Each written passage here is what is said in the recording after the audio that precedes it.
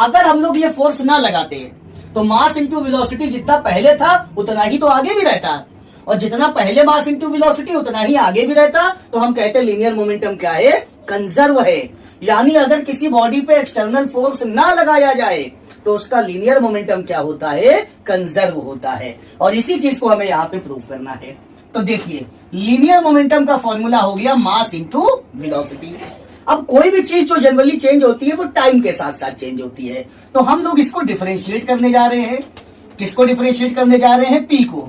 किसके रिस्पेक्ट में डिफरेंशिएट करने जा रहे हैं, टाइम, क्योंकि ये टाइम के साथ साथ चेंज होगा। तो differentiate it with respect to time T.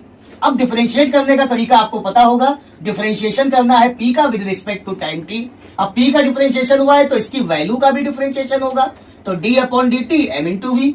अब ध्यान रखिए बेटा, डिफरेंशिएशन और इंटीग्रेशन जो कांस्टेंट होते हैं उनका नहीं होता है, वो बाहर आ जाते हैं, ठीक है ना, क्योंकि कांस्टेंट ना तो बढ़ेगा ना टूटेगा, वो तो फिक्स वैल्यू है।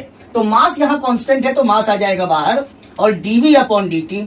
अब फिर से वही बात आ जाती है, DP upon D T is equal to M DV upon D T, यानी the rate of change of velocity it will be equal to the acceleration M A, और DP upon D T is equal to m into a and mass into acceleration it will be equal to the f external।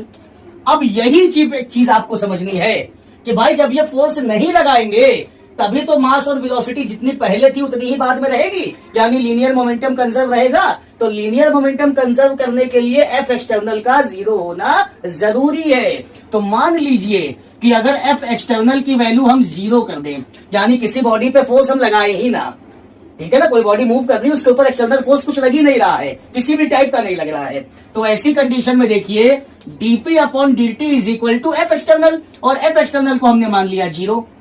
अब point बहुत ध्यान से समझने वाला है, P का differentiation students 0 आ रहा है, पी का डिफरेंशिएशन 0 आ रहा है, और किसका डिफरेंशिएशन 0 होता है, कांस्टेंट का। तो यानी पी का डिफरेंशिएशन अगर 0 आ रहा है तो मतलब पी क्या होगा, पी होगा कांस्टेंट, और कांस्टेंट का मतलब ना तो बढ़ेगा ना घटेगा, यानी ये जितना था उतना ही है, मतलब कंजर्व है।